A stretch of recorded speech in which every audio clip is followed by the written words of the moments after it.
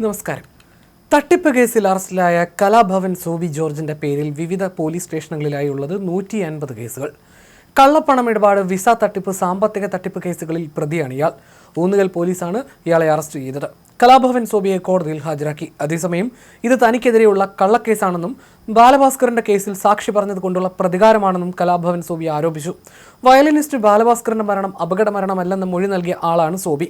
ഇതുമായി ബന്ധപ്പെട്ട് സോബിയെ നുണപരിശോധന നടത്തിയിരുന്നു. ജോലി തട്ടിപ്പ് കേസിൽ നഷ്ടപരിഹാരം നൽകാനായി കോടതി ഉത്തരവിട്ട ബസ് ജപ്തി ചെയ്യുന്നത് തടയാൻ ടയറുകൾ ഊരിമാറ്റിയ സോബിയുടെ അസാധാരണ നീക്കം പൊളിച്ച പോലീസിന്റെ സഹായത്തോടെ ജപ്തി നടപടികൾ പൂർത്തിയാക്കിയിരുന്നു.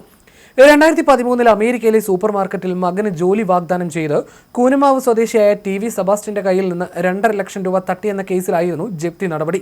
പ്രതിയുടെ നീക്കത്തെ ക്രെയിൻ ഉപയോഗിച്ച് മറികടന്ന പോലീസും RTO ഉദ്യോഗസ്ഥരും ബസ് ജപ്തി ചെയ്ത് കോടതിയിലെത്തിക്കുകയായിരുന്നു.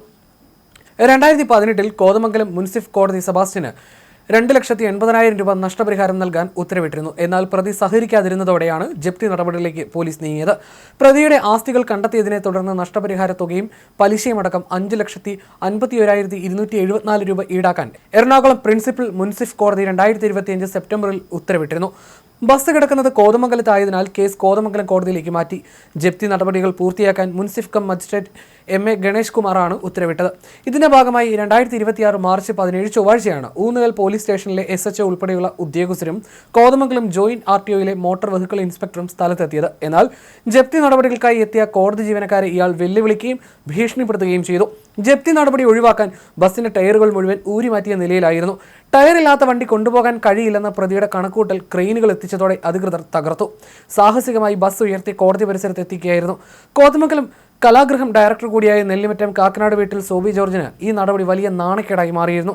ജപ്തി ചെയ്യേണ്ട ബസ് ഉൾപ്പെടെ അവിടെയുണ്ടായിരുന്ന 5 ബസ്സുകളുടെയും ടയറുകളെല്ലാം ഊരിമാറ്റിയ ശേഷം ഗേറ്റ് പൊട്ടി സോബി ജോർജ് സ്ഥലം വിടുകയായിരുന്നു. ഇതോടെ വീണ്ടും കോടതിയിൽ നിന്ന് പൂട്ടുപൊളിച്ച് കയറി ജപ്തി നടപടികൾ പൂർത്തിയാക്കാൻ ഉത്തരവ് നൽകി. ടയർ ഇല്ലാത്തതിനാൽ 2 ക്രെയിനുകൾ എത്തിച്ചു. ബസിന്റെ പിന്നിലേക്ക് 2 ടയറുകൾ പുറമേ നിന്ന് എത്തിച്ച് ഘടിപ്പിച്ച ശേഷം ക്രെയിൻ ഉപയോഗിച്ച് വലിച്ചു കൊണ്ടുപോവുകയായിരുന്നു. അഡ്വക്കേറ്റ് സിസ്റ്റർ മേരി ട്രീസയാണ് സോബി ജോർജിനെതിരെ നിയമപോരാട്ടം നടത്തിയത്. 2014 മണി സ്യൂട്ട് ഫയൽ ചെയ്തുകൊണ്ടാണ് സോബി ജോർജ് തട്ടിയെടുത്ത പണം തിരികെ ലഭിക്കാൻ ജപ്തി നടപടിയിലേക്ക് പോകാൻ കഴിഞ്ഞതെന്ന് അഡ്വക്കേറ്റ് സിസ്റ്റർ മേരി ട്രീസ പറഞ്ഞു. 2 തവണ അനുകൂല വിധി ലഭിച്ചെങ്കിലും പ്രതിയുടെ സ്വത്ത് വിവരം കണ്ടെത്താൻ കഴിഞ്ഞിരുന്നില്ല. കൂടുതൽ അന്വേഷിച്ചപ്പോഴാണ് പ്രതിയുടെ വീടും സ്ഥലവും അമ്മയുടെ പേരിലേക്ക് മുൻകൂട്ടി തന്നെ മാറ്റിയതായി കണ്ടെത്തിയത്. ഇതോടെ വാഹനങ്ങളുടെ വിവരങ്ങൾ RTO ഓഫീസിൽ നിന്നും എടുത്തപ്പോൾ ബസ്സുകളും കാറുകളുമായി 15ഓളം വാഹനങ്ങൾ പ്രതിയുടെ പേരിലുണ്ടെന്ന് കണ്ടെത്തി. അങ്ങനെയാണ് 32 ലക്ഷം രൂപ വിലയുള്ള ബസ് ജപ്തി ചെയ്യാൻ തീരുമാനിച്ചത്. ആദ്യം ബസ് ജപ്തി ചെയ്യാൻ എത്തിയപ്പോൾ അവിടെയുണ്ടായിരുന്ന വാഹനങ്ങളുടെ എല്ലാം രജിസ്ട്രേഷൻ നമ്പർ ഇളക്കി മാറ്റിയിരുന്നു. പിന്നീട് മോട്ടോർ വാഹന വകുപ്പിന്റെ സഹായത്തോടെ ചേസസ് നമ്പർ കണ്ടെത്തിയാണ് ജപ്തി നടപടികൾ പൂർത്തിയാക്കാൻ കഴിഞ്ഞത്. ജപ്തി നടപടികൾക്കായി വലിയൊരു തുക തന്നെ അഡ്വക്കേറ്റ് സിസ്റ്റർ മേരി ട്രീസയ്ക്ക് ചിലവായി. പരാതിക്കാരന് ആ തുക മുടക്കാനുള്ള കഴിവില്ലായിരുന്നു. ഈ ചിലവുകളും ചേർത്ത് അടുത്ത ആഴ്ച ബസ് ലേലത്തിൽ വിൽക്കാനാണ് തീരുമാനം.